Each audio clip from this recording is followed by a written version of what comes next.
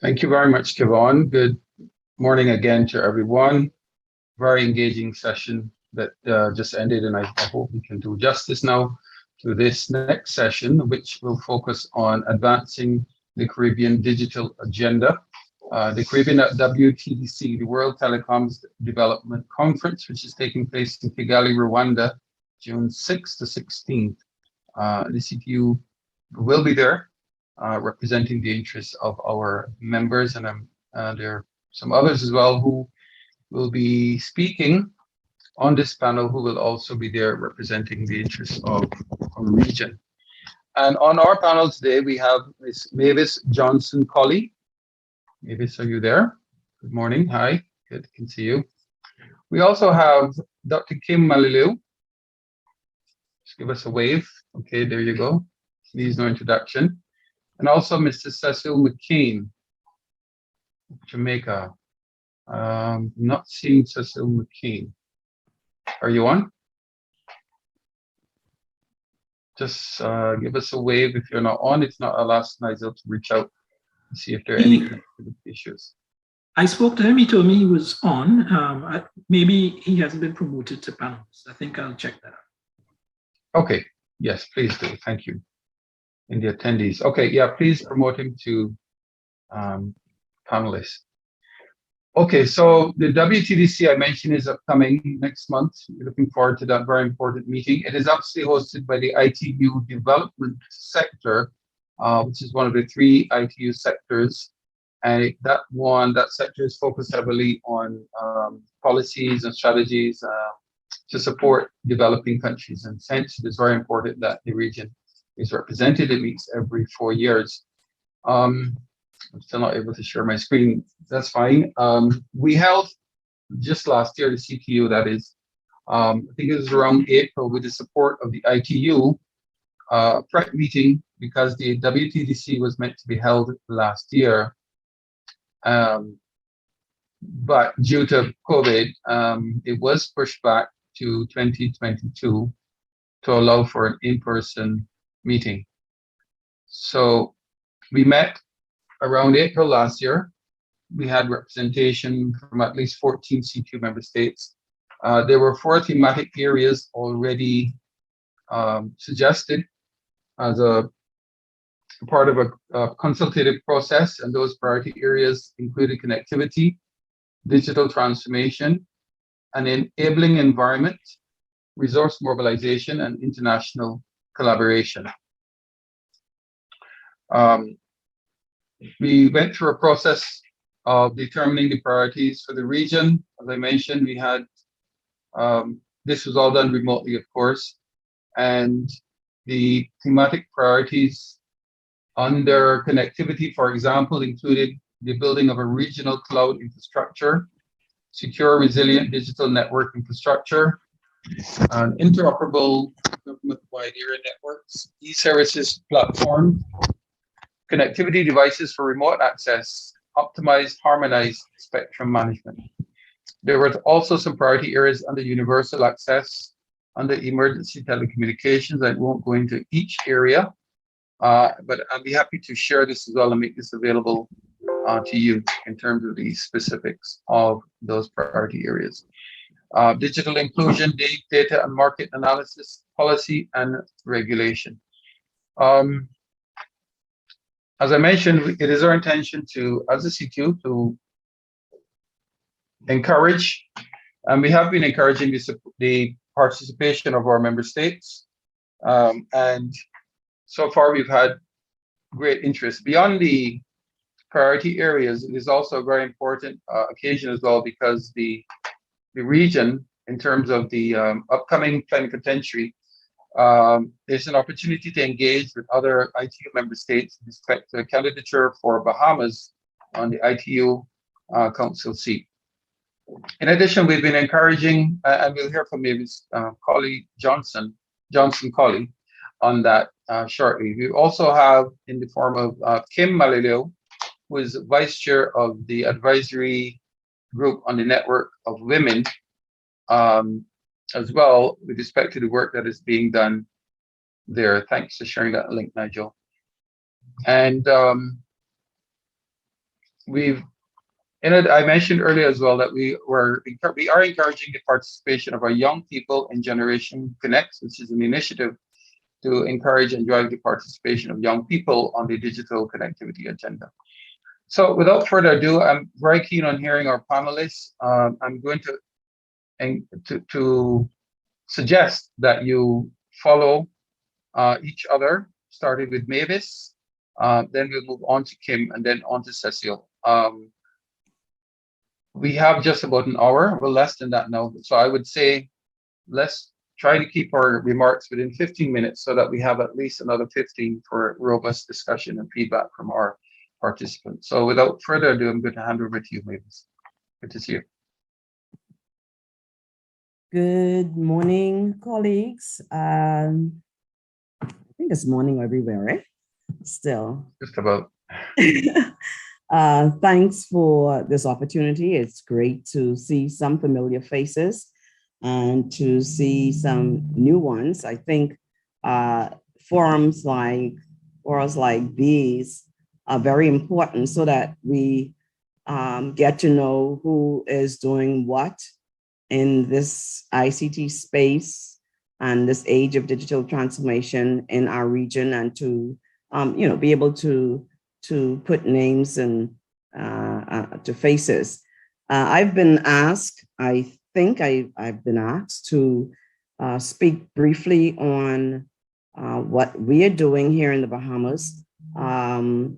SG Taylor has provided an excellent high-level summary of the preparation by CTU for WTDC. We've been working for a number of years, for the last 12 months on preparing for the meeting, which, as he said, was initially scheduled to be held in 2021.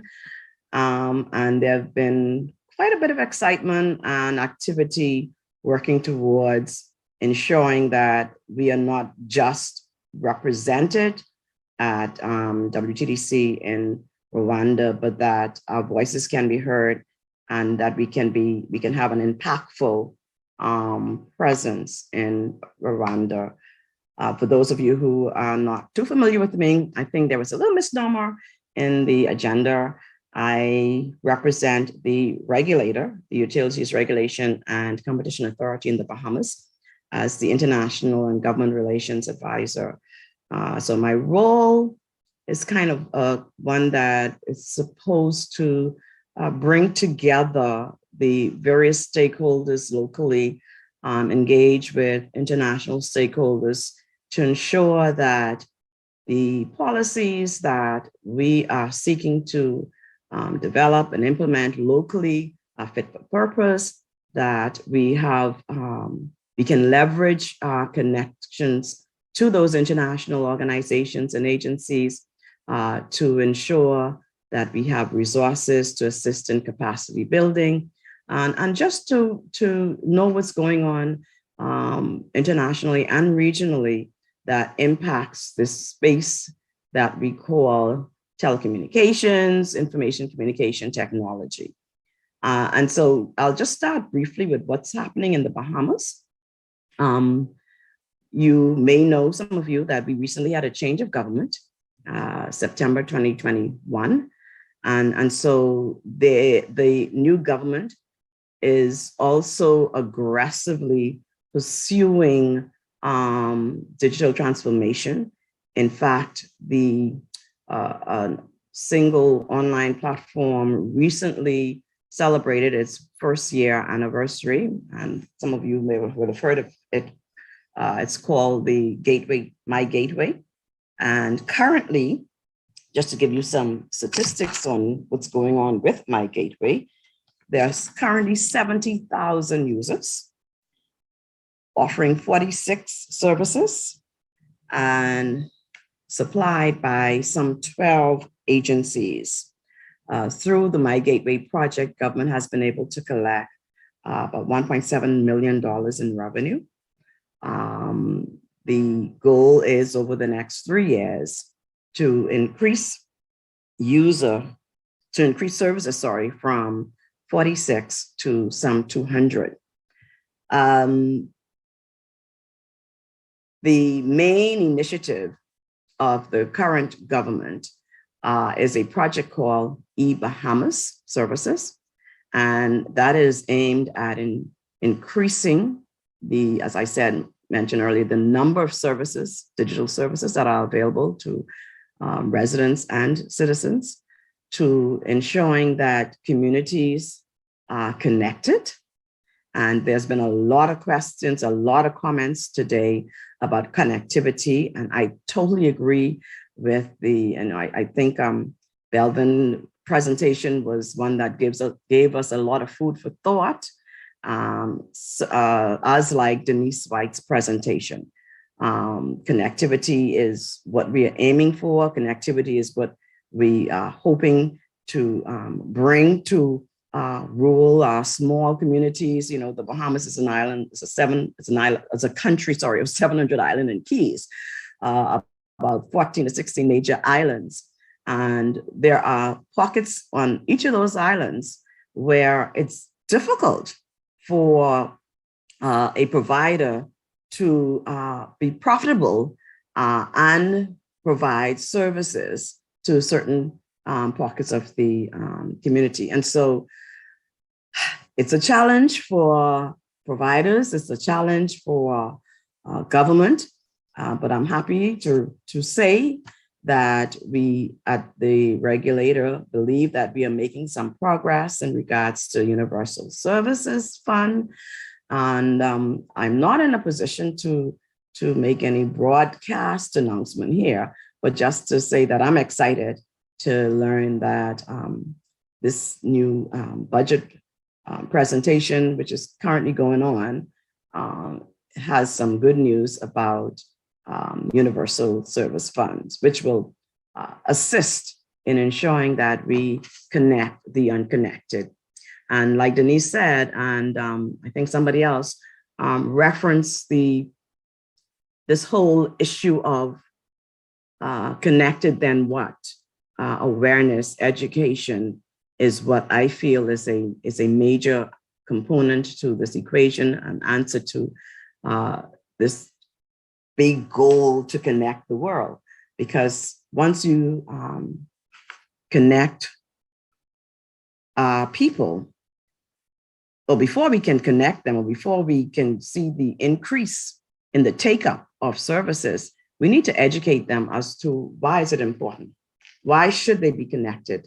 Why are we transitioning from one module of or one way of doing an activity? Why are we offering them various modalities and how to access the services? Why is it important? How is it going to change their life? How is it going to enhance their quality of life? And then the other flip side of that coin is once we do all of that, and they then begin to expect greater as a result of having access to more, are we in a position to offer them more? So I know that's not quite what I'm supposed to be talking about, but I think as we talk about where we are and the quantity of services that we are providing to our people, we need to also consider, are we educating them sufficiently? Are we providing an awareness so that we can see an uptick in the services, so that banks can realize a benefit to the marketing dollars that they're spending to tell people, go on, take up online banking instead of coming and trying to still stand in a line to access services. From the regulator point of view, we do have IXP regulation. Unfortunately, the take-up that we had desired from that has not been, the momentum has not been there. And so we are relooking at how best to continue to create an awareness of the regulatory regime and to further encourage the development of that sector, to drive home, not only is it good in terms of driving or directing how our traffic is allocated or where it's located, where the data is stored, but also hoping to encourage the development of local content. And so I think that's a challenge, not only in the Bahamas, but certainly probably for other countries in the region who are dependent on content coming primarily for us from the North, right? So in addition to the IXP's regulation and what's happening with universal service funds, we would have also rolled out recently disaster communications management regulation to govern the way in which service providers perform, operate, bounce back during and after disaster. And as you know, being in the hurricane belt, that is something that is very critical and important to us here in the Bahamas. Now, if I move quickly on to what's happening in terms of WTDC, Rodney provided an excellent overview.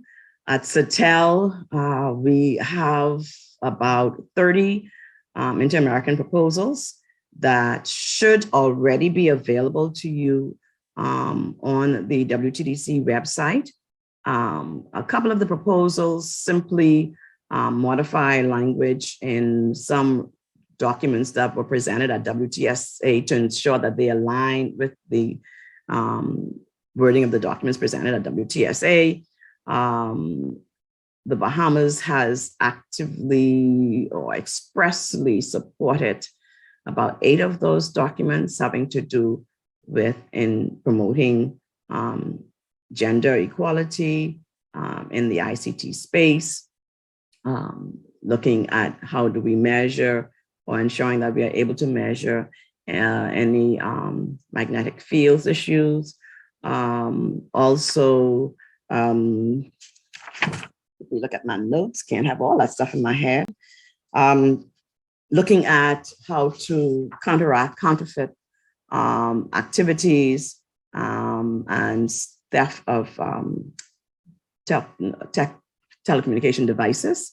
But there's a whole range of contributions that I would hope that you would review so that you will be in a position to either agree, support on the floor at WTDC, or instruct another member state to support on your behalf, which brings me to this whole issue of representation at WTDC. Currently, I'm not sure how many of us are going to be at WTDC. That would be good to know. I'm hoping that we will put together a WhatsApp group so that we are able to communicate with each other at WTDC. There is a lot of things that we're going to have to manage. And so we're going to have to meet so that we organize ourselves to maximize the ability to contribute meaningfully to discussions on the floor. No one person or one country with, in our case, with small delegation, is going to be able to cover all that's going on at WTDC. I mentioned that Cecil has 30 contributions. Currently there are a total of 126 contributions. And so if there's going to be any meaningful discussion on our part, we're going to have to come together and determine, okay, you lead on this particular area, Barbados lead on this one, Bahamas lead on the other, and so that we don't run on exhaust, but we run on fuel, right? I am happy that Kim is here. She can talk about the emphasis on gender participation. You heard that Rodney mentioned the youth participation. There is great emphasis by the ITU through WTDC to increase the level of participation and to have the involvement of young people. The Bahamas is taking the regulator in partnership with a North American agency, USCDI, has been successful in securing funding for about 4 of its delegates to the Youth Summit. Generation Connect Global Youth Forum that will take place the 2nd to the 4th. We will take an additional 2. And so hopefully we'll have, I think, 6 young people at the summit. In terms of our delegation for WTDC, we have a 5-member delegation, including a parliamentary secretary, who we hope will be giving a high-level policy commitment statement during another initiative, new initiative for WTDC, Partner to Connect. And I'm not sure if there are questions, I'll provide additional information, but time won't allow to do it right now. And I think, Rodney, I don't know if there's, right. There's one more thing I want to speak to, and that is leadership roles by the region. Currently, as you know, WTDC, there are 5 committees, right? And of course, the plenary sessions. And the aim is always to have a vice chair from each of the 6 regions.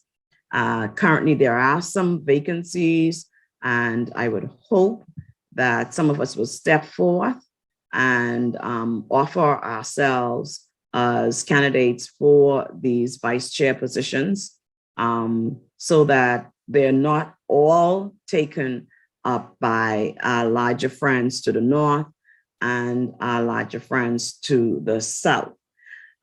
Which brings me to the issue of candidacy for the ITU Council.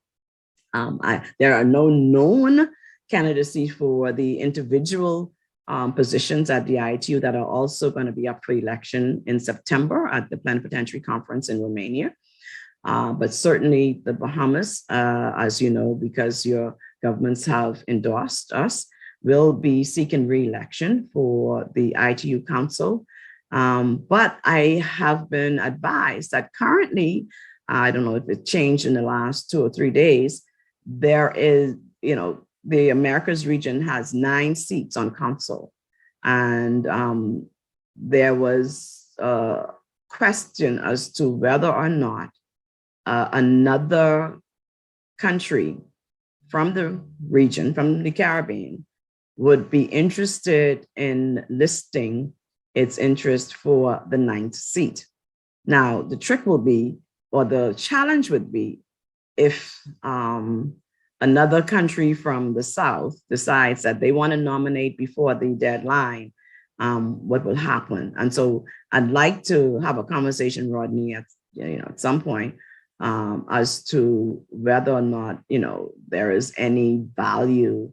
Well, I know there's value, but whether or not there is the possibility to encourage another country who, if the number of countries from the Americas region remain at 9, the issue of resources to mount a campaign will not apply or will not be of as great a concern as if there was more than 9 countries vying for the council seat. And so please, if you're coming to WTDC, let's make sure that we collaborate prior to getting there.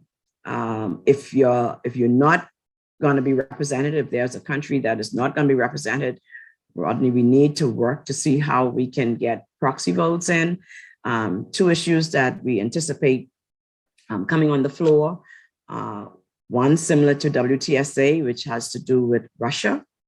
There was a move, there was a vote, which was unusual at the ITU, to block Russia's nomination to any leadership position at WTSA. The same thing happened at Council. And so we anticipate that the same thing will happen at WTSA. And so the votes, sorry, at WTDC. And so we will need the votes or to know how you want us to vote, and or to go through the process to send in a proxy to vote on your behalf, to again stemming any move by the Russian delegations to seek leadership position at WTDC. Rodney, I think I'll stop there. I know I ran all over the place trying to just touch here and touch there. And if there are any questions, I'll be happy to answer. Great. Thank you very much, Mavis. Let's leave the questions until the end, if that's okay. And I'm going to go straight. Thanks for that very, very comprehensive presentation as well in terms of the upcoming WTDC, the Youth Forum, as well as the Gender Network of Women Initiative, and also Partner to Connect. And I'm certainly encouraging our member states to make pledges with respect to connectivity in fulfillment of the Global Connectivity Agenda up to 2030. But I'm going to hand over now to Kim. Hand the floor over to you to speak about the upcoming WTDC and your work and and why the region needs to pay attention. Thank you. Thanks so much, Rodney. Please permit me to add to your and Mavis' contributions to the scoping of the WTDC, inputs, outputs, and expected outcomes as the basis of a call for action to Caribbean colleagues. Also to remind a bit about the manner in which the ITU fits into the Caribbean digital ecosystem, and to clarify the channels for feed forward and feedback into the conference activities for our collective profit. There are very many things that need to run in tandem to advance the Caribbean digital agenda. There is opportunity and need for simultaneous bottom-up and top-down action, as well as increasing activity by intermediaries. It's not all bells and whistles and flashing lights. Indeed, much of what gives information and communications technology, ICT, its power and magic has to do with the glue that binds, the invisible foundations and frameworks, the standards we take for granted, the unseen policies and the bridges that connect individuals, organizations, countries, regions, and the world to ensure economies of scale, conformance and interoperability of equipment, devices, and software, regulatory certainty, and much more that ultimately provide the opportunity for all persons on the planet to influence and benefit from the power and magic of ICT.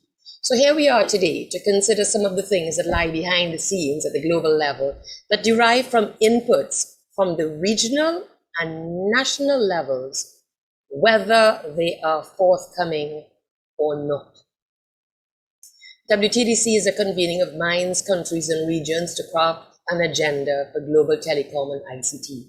It is the highest statutory conference of the International Telecommunication Union's ITU's development sector, which provides, so these are the outputs, policy frameworks, knowledge products, data and statistics, capacity development, technical assistance, and convening platforms. And these are relevant to the application of ICTs for social and economic development, with an emphasis on marginalized communities everywhere. At the conference, delegations of ITU member states together developed the priorities, strategies, and action plans of ITUD that ensure that its outputs, remember what they are, policy frameworks, knowledge products, data and statistics, capacity development, technical assistance, and convening platforms are fit for their national and regional needs. If they choose to feed forward and feedback, which is why Mavis has stressed the importance of participation.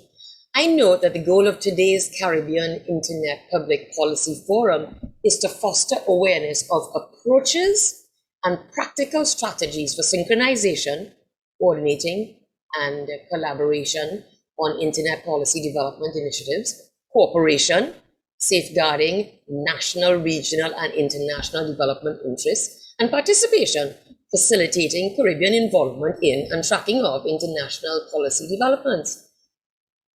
I say to you, it is worthwhile to include the extended WTDC process, it's quite extended, in the Caribbean suite of synchronization, cooperation, and participation channels. Conference deliberations center around proposals which have been submitted by member states and recognized regional bodies and considered prior to the conference through a comprehensive and painstaking process of regional and interregional preparatory meetings.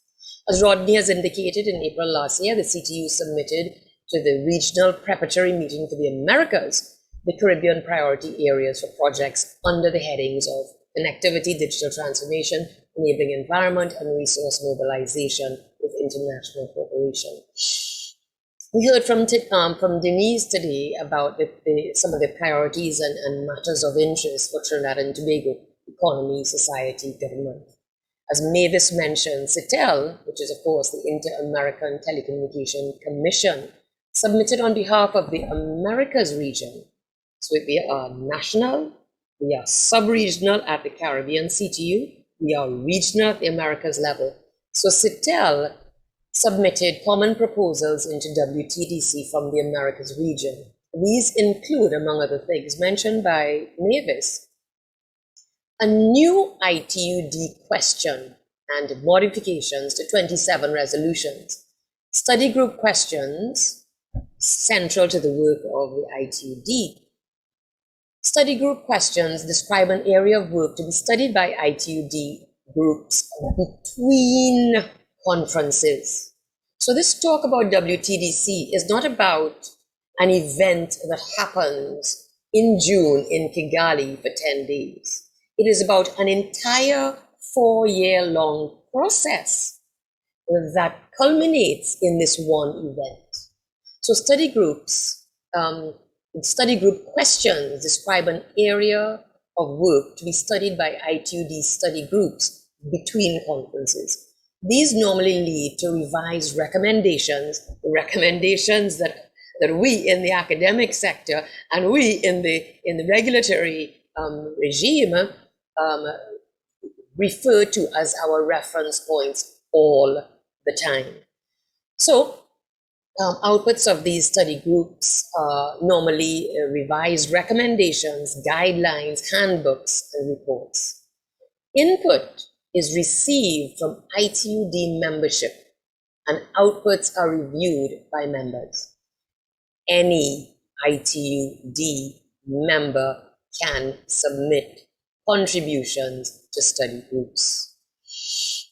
Among other things, CITEL proposed for this round of WTDC, proposed the study group 1 title be changed from enabling environment, this is the previous from 2017, enabling environment for the development of telecom and ICTs, to simply connectivity, as Rodney had mentioned. Within connectivity, of course, we treat with the enabling environment matters. There are 7 questions that CITEL has reviewed and provided some revisions, recommended revisions to. With respect to the second of 2 study groups, ICT services and applications for the promotion of sustainable development, that was the name of the study group up until now. It's a current name. CITEL proposed a change of title for this study group question to simply digital transformation. And CITEL provided a number of proposed revisions, as Mavis had mentioned, to the study group questions. CITEL has also proposed the addition of a new study group 1 question, and that is strategies to increase the adoption and use of broadband technologies and services to improve digital skills. The target audience, target beneficiaries, are national telecom and ICT policy makers, regulators, service providers, and operators, especially those in developing countries, as well as broadband providers and non-governmental or civil society organizations supporting broadband adoption and connectivity. This new proposal emerging from CITEL elaborates 10 specific components of the question with expected outputs which include, as you imagine, policies, strategies, national experiences to stimulate adoption of broadband technologies, services, and devices, methods and guidelines for broadband adoption specific to social, cultural, and economic environments, policy strategies and national experiences to develop and promote digital skills including training individuals at basic, standard, and advanced levels. Methods, guidelines, and case studies for lifelong skills training, and going on to adoption of skills by women and other individuals in indigenous individuals in countries. All CITEL and other contributions to WTDC are publicly available, and CITEL has appointed points of contact for each proposal, so everybody's welcome to contribute through the appropriate channels, of course. Among the matters that have cross-cutting relevance to all CTU, CITEL, and WTDC matters, perhaps I can mention 3. And those are data, youth, and gender mainstreaming. And here are some quick examples of initiatives that I'm personally involved in. Let's look at data. Fit for purpose data is one critical foundation for meaningful transformation. As I understand it, both CARIB-NOG and CTU have started research initiatives, which, among other things, set out to gather data. The Telecommunications Authority of Trinidad and Tobago, for which I am deputy chair, facilitates periodic data gathering and analysis exercises, such as, but not limited to, the assessment of the state of the local digital divide. These are, I offer to you, these are really excellent pieces of work. The most recent findings are captured in the report on the National Digital Inclusion Survey 2021. Encourage everybody to review this report, and it really is a best practice in the conduct of this national survey periodically. TAT, the UE, the University of the West Indies, St. Augustine campus, and other partners, including the Internet Society, ISOC, are currently exploring collaboration on internet measurements, starting very small, very modest, low resource, in fact, no resource at all, starting very small, but hoping to ultimately inform and guide national and regional, internationally comparable measurements, which will inform policy, regulation, and programming. As I mentioned, this is a low resource initiative, which is purely utilizing existing facilities. Youth is my second underpinning theme that I think is very important. We've talked a lot about it at today's forum. I remember reminding the CTU, Rodney in particular, and Nigel, of the importance of just reminding them. It's not that they didn't know and that they didn't acknowledge. I just reminded them last year of the importance of youth, the importance of youth participation deliberately designed and orchestrated by the CTU. I also reminded CARIB-NOG at last week's ARIN Caribbean Technical Forum of the same thing. Not that they didn't know before, just a gentle reminder of the importance of their responsibility as a regional organization to take deliberate steps to include youth. And of course, Kevon has mentioned some of those initiatives already today. In terms of youth, my students run a Caribbean Communications for Development program of weekly fireside chats. We talk about mentorship. Mentorship comes in all different forms and should be approached in many different forms, touching on the sensitivities and the learning styles and the characters of different recipients of mentorship. So my students run a Caribbean Communications for Development program of weekly fireside chats. When we think of fireside, we think of a barbecue on the beach, a barbecue at camp. So fireside chats where they access professionals. Professionals give of their time. Many of those professionals who have come and spoken in very intimate and open terms, welcoming terms and tones to our students, our UE students and other students from UTT, for example, are right here in this forum, and I offer thank you. Thank you. These are the types of things that nobody really mentioned. These are the types of things, though, that I think make a considerable impact on the development of students' minds and the minds of youth. So thank you. Thank you, Caribbean community in ICT, for supporting our call to come and chat with our youth. Rodney mentioned that WTDC Summit in Kigali the WTDC in Kigali is immediately preceded by the Generation Connect Global Youth Summit right there in Kigali. Mavis also mentioned the representation from the Bahamas. There are 5 youth from Trinidad and Tobago who will attend the summit. One is a PhD student of mine who is also an ITU youth envoy. Another is one of our BSc students, and another is a recent graduate who received the Lideris Award from Latin American and Caribbean Internet Addresses Registry, LACNIC.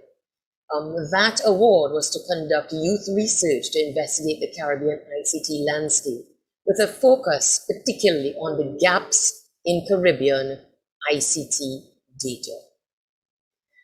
Gender mainstreaming, just to close, gender equality is a human right as captured in the Universal Declaration of Human Rights, 1948. Gender mainstreaming is a strategy for achieving gender equality.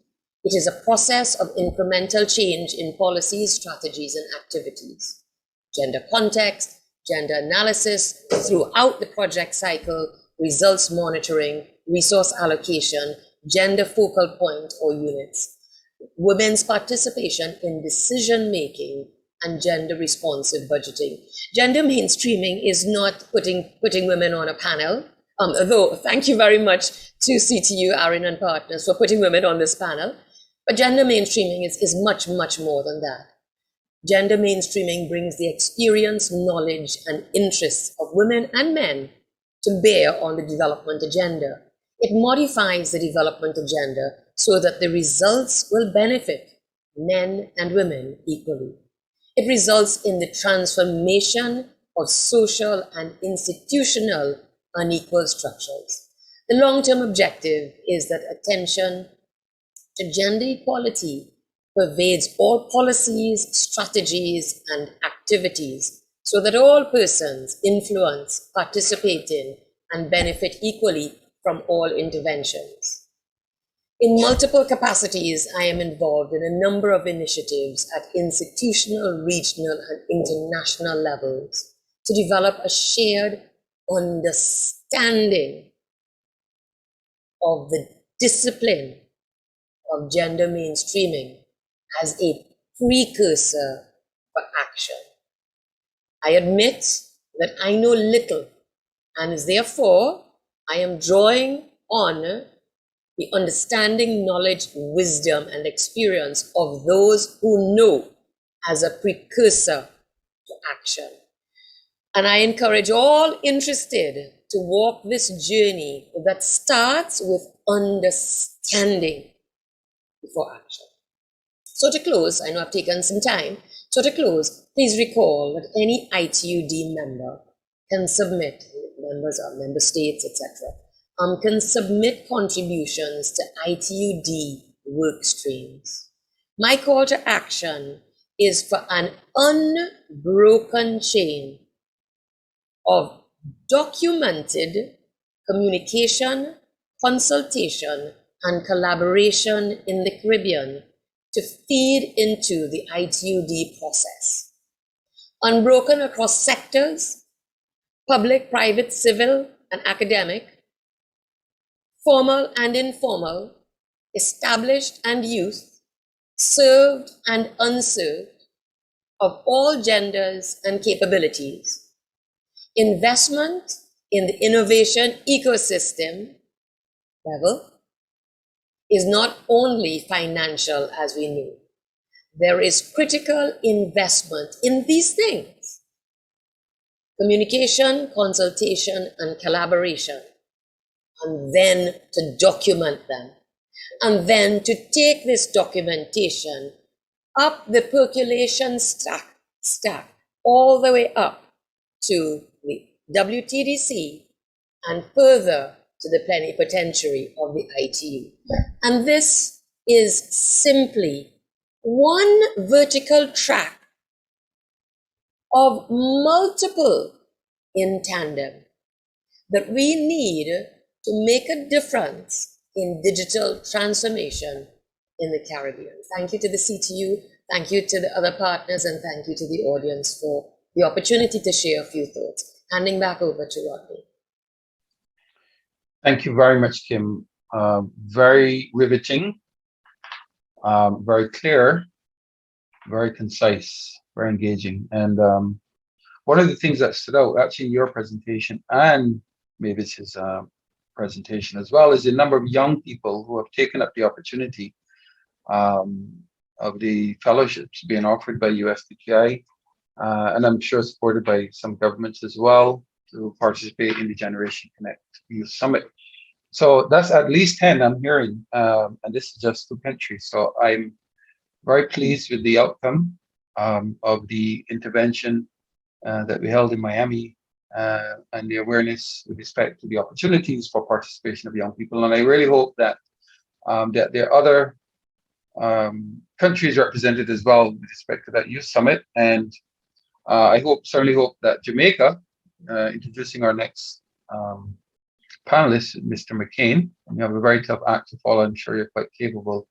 But we certainly would love to hear what Jamaica has been doing so far, and your intention to participate in the upcoming WTDC. So over to you, Mr. McCain. Thanks for joining us. Okay, thank you very much, SV. Good morning to everyone. You know, one of the things about be the last person to speak, I've heard it all the time. It has all been said before. And so I will attempt to not only to speak to what Jamaica has been doing as it relates to the digital agenda, but also to speak to other issues relating to our approach and how does this tie back into the WTDC. Okay, So I don't just think that's me. I think that's you. uh, We've lost you. Right? you're not hearing me? Is that you're hearing me? I'm hearing you. Okay, I was okay, great. All right, so just I'm happy that both Kim and Mavis spoke before me, in that they established a framework in terms of why we participate in the at the WTDC, and I just want to tie that in with the overall objective of the ITU, and noting that the Bahamas is on the council of the ITU. They have the ability to not just represent our interest, but also ensure that the resources of the ITU is allocated and utilized in keeping with our interest. And that's what I want to speak about generally, just to say that the tracks that Kim would have spoken about, you would have to be an ITUD member to participate at the WTDC, and the ITUD members, along with each member state of the ITU, regional telecommunications organizations such as this CTU, intergovernment organizations, regional organizations, UN bodies, and specialized agencies, all are invited to this forum.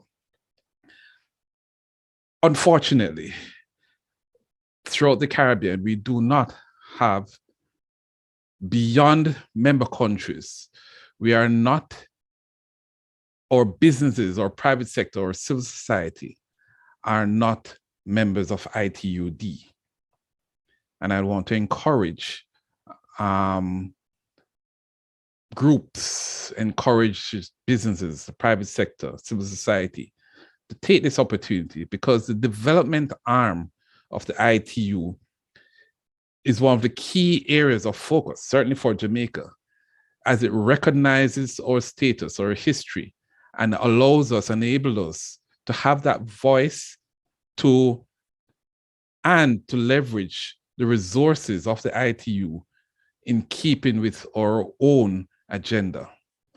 The other arms of the ITU would have been the radio communications sector, dealing, of course, with spectrum matters, and the standardization sector as well, dealing with standards and so on. And they're all interlinked into this one body, and they all feed into whatever the agenda items which are agreed at this WTDC is taken to the plenipotentiary conference for ratification by all member states of the ITU.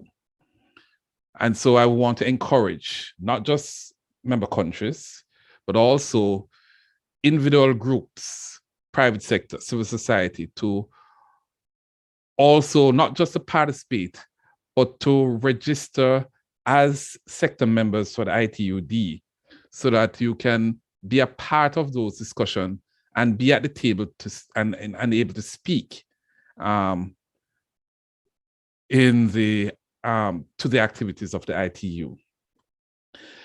Let me turn my attention to our attendance. Quite simply, yes, Jamaica intends to, and at this point, we are registered and intend to attend the WTDC.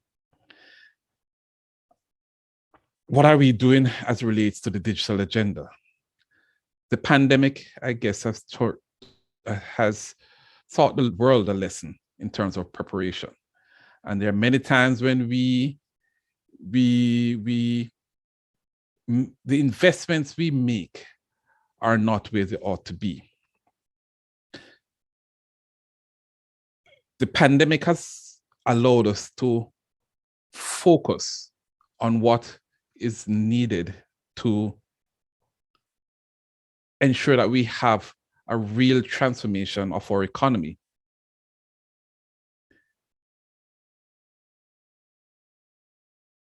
The recent situation in terms of the global situation as it relates to what's happening in Europe has further accelerated the need for us to ensure that the issues that are of concern to us, be they connectivity, be they capacity building, regulatory issues, are all a part of that agenda that we treat with. I'd want to, and I know Bevel spoke about size, and and I do agree to some degree that size shouldn't matter. But it does matter when we are seeking to influence our bilateral partners to partner with us in support of our agenda. Unfortunately, the smaller you are, the less likely that those who provide the funding in support of our agenda would put in place the necessary agenda that would support our needs. And so when we collaborate through the CTU, we add to our numbers. And I just want to give a reality that the Voice of the Caribbean at CITEL is significant because we have numbers when we speak about the number of member states. We have a significant voting bloc. And so when we speak and persons recognize that it's not just Jamaica that's speaking, it's not just the Bahamas, not just Trinidad, not just Barbados, but that we are speaking on behalf of 13 countries out of 39 within the region that are part of the Americas region. Mavis can maybe correct me. I think the number is 39, the last I remember, throughout the Americas region. And so near a third of countries are from the Caribbean. And that voting bloc is very important as it relates to defining the agenda for CITEL. And so just want to urge us to participate within that context. Size does matter, especially when we form a coalition of partners. One of the things we have been doing over the last few months, years, is that we have been mainstreaming our interventions in the digital arena. We have been treating with all aspects of digitization. We speak about digital government, digital infrastructure, or financial services, digital businesses, building skills. and dealing with the trust environment. We have been tackling all of those as a part of an ecosystem that should our intentions that treating within an ecosystem manner will ensure that we gain the most bang for our buck in terms of our expenditure. One of the things that I would personally want to encourage is that we also, on top of all of those issues that we're treating with, is to also invest in social capital. We have to give it time for these things to work. Our interventions oftentimes are discrete, disconnected, and do not necessarily, and at times can be conflicting with each other, or in the past, that was the case. And as a result, we would have had minimal growth. We say in Jamaica, you'd be marking time. 1 step forward, 2 steps backwards, or 1 step forward, 1 step backward. We have to therefore invest our time and leverage the resources of government as we deal with our partners to bring to the table the investments that we need. And I want to speak about this connectivity agenda that we all would have recognized. Many of us would have been around long enough to remember arising out of the collapse of the global economy in 2008. The ITU recognized the need for improved connectivity globally. And so they had a program called Connect the Americas. And through that program, we leveraged all global funding partners, the World Bank, ITU, the EU, all came to the table to hear what our needs were. And were able to create their programs going forward for the next 5-10 years to support our agenda, digital agenda that we have going forward. And so I'm highlighting it because it is through those interventions that we as individual countries can ensure that at the end of the day, our interests are met. A key program that we have been focusing on is, of course, on the infrastructure. We recognize that Jamaica, being what it is in terms of size and its geography, notwithstanding that in many of our larger towns, we have good connectivity.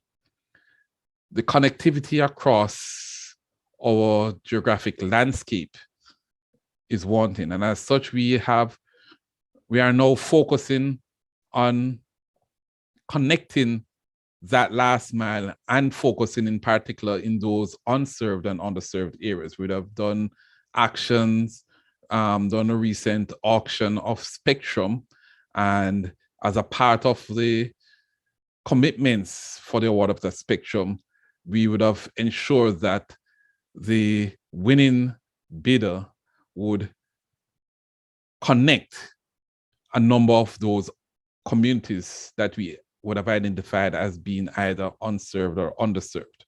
Our universal services, resources from our universal service fund, of course, as well as been leveraged as well, working with our GovNet program to also connect that last mile and ensuring that we take the backbone into those regions that we are connected. This phased approach we call is a part of the National Broadband Initiative, whereby we seek to create an enabling environment that can leverage both the private capital to close the necessary market gaps and access gaps to minimize the need for public funding and to close digital access gaps. Highlighting here that in closing those gaps, we must deal with the question of accessibility. Affordability,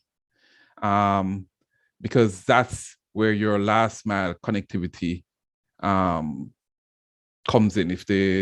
You may have the infrastructure in place, but if your user is unable to afford it, then it makes does not make a difference. And so we have put in place the policy framework, and the legal and regulatory framework is there. So it's a matter of us now leveraging the government resources, working with our international partners to build out this national broadband initiative.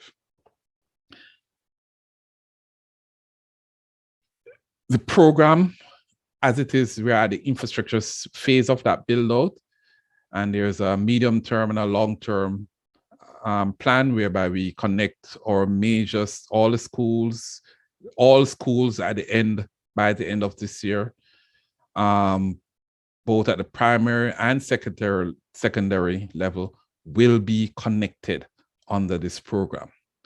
We will also ensure that as many of our government facilities as well are connected under this program. And this will also feed into our larger program under GovNet, whereby once we do the connections, then we'll then seek to bring additional services online in service to our citizens. The ultimate goal, of course, is to reach into the hearts of our communities. Therefore, the intention, of course, is to build that critical mass whereby the program, which is being seeded by our activities now, with completely funded by the government of Jamaica, will be able to leverage private capital as well as international funding to reach into all the communities to connect that last mile. That's our main focus. We will be treating with, of course, the supply side of things to ensure that there are services that we are able to deliver to our citizens, not just government services, though government will be taking the lead or has taken the lead in terms of developing online services, but we also will be working to ensure that our private sectors, or SMEs, or medium-sized businesses as well, develop services which can be delivered online. So we were treating with not just the supply side, we're also going to be looking at the demand side. And towards this end, there are several programs that we have in place. We are not just connecting the schools, but we're also providing devices to our students. And we expect that through policy, all schools will eventually ensure that students coming in will have a device to use. At the lower levels right now, we are focusing on tablets, but at the higher levels in the secondary schools, of course, I know the focus is going to be on the laptops, and in fact, the distribution of same has already commenced. The approach, of course, is going to be a whole of government strategy, incremental and decentralized. We will be focusing on technological solutions as well as analog enablers. There, we are also focusing on open government to promote data as an asset. We will be establishing a regulatory framework, and we currently have in the Data Protection Act, we're dealing with the regulations to support that act, but also we'll be revising cyber crimes. We will be having a framework for cybersecurity and for service delivery generally. We will be promoting, of course, citizen orientation as a duty to support client-oriented design. We'll be promoting collaboration with the private sector for innovation, as well as establish a governance structure that promotes collaboration and flows of information between government entities. Finally, I just want to highlight that, like the Bahamas, Jamaica also has an internet exchange point. Its success has not been what we would have expected, but it's a matter that we're looking at as we seek to look at the local digital infrastructure, which would give support of same. Key to this, of course, would be the content side of things, and how do we promote content, local content, and the development of and sharing of local content, whereby the use of the internet exchange point becomes more common. With that, I just want to leave my thoughts there, and over to you, SG. Thank you very much, and Cecil, for that update. Very interesting initiatives taking place in Jamaica, in particular with the schools. I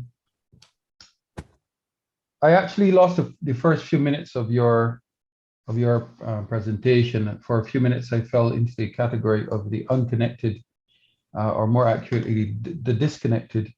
But I was able to get back on and hear most of it.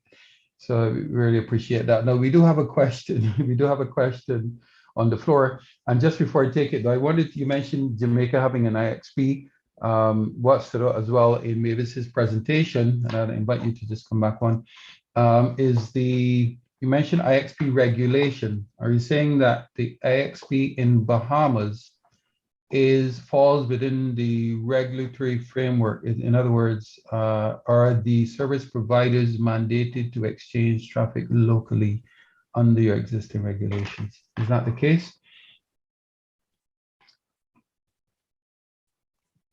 But basically, we really don't, as I mentioned, we don't have an uptick on it. We have the regulatory framework in place, but there has not been any change in the routing, right? And that is one of the things. We literally just had a conversation internally on it as to how do we get, our folks to see the value in it, and we'd have some small operators who are doing some stuff, but on the scale that we would have preferred, not quite yet. Gotcha, thank you. And we're of course working with the French Overseas Territories to implement IXPs in St. Bart's, Guadeloupe, and St. Martin. So we understand the value of doing that. Now, Kim, I'm going to direct, there's a question here about where we can find the National Digital Inclusion Survey. I did Google it when you mentioned it, but I didn't see the actual report. So if you can share a link with us or share the document for us to disseminate. Oh, you're back there. Okay. Yep, sure. I'll get that. Okay, appreciate that. And also list some of the gaps. I'm going to try to pass this one off to you. List some of the gaps in Caribbean ICT data as revealed by recent studies. I'm not sure what specific studies, but we know there are some gaps. We have established the research and analysis unit in CTU as well to try to push the whole ICT indicators agenda so that we are better informed as to where those gaps are, and that research can inform policy. But are you aware of any specific gaps in the data at the moment? Yeah, I think there are many gaps. One of the gaps is disaggregated data. So when it is that we are concerned with marginalization and the underserved, it's very important for us to be able to disaggregate the data in accordance with the target beneficiaries. So for example, we have very little, approximately zero data disaggregated by gender. Much of our telecommunications access data is not granular enough down to the community level. The digital inclusion survey that I mentioned, that I'm going to try to find the link for, that goes down to the community level, and that's a sort of data that is needed for programming, to underlie programming. There are a number of other data gaps. One of the things is I'm talking too much, so I guess let me just leave it there, and then I can talk some more if there's time. Thank you. Well, we are running out of time. I see Cecil has his hand up. I'm going to take your comment, Cecil, and then we actually do have to wrap. And I'm going to invite for some concluding remarks after Cecil speaks, Kevon Swift and Nigel Casimir, just to give us a few remarks on the earlier sessions. Go ahead, Cecil. Right. So I just want to speak to that issue of data collection.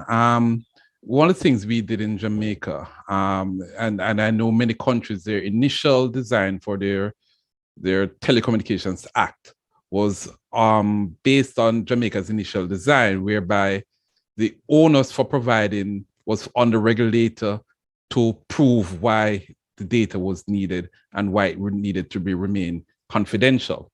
We switched that role in our amendments that we made to our Telecommunications Act, and we'll continue that when we do implement our ICT Act in the very near future. The switch would now put the onus on the companies to tell us why there's need to keep that data confidential. And so that's important, because at the end of the day, the regulated entities do not necessarily make the investment in disaggregating their own data and providing same to the regulator as a part of a normal reporting mechanism. And so we had to mainstream the need for them to do that so that we can have better data to make decisions.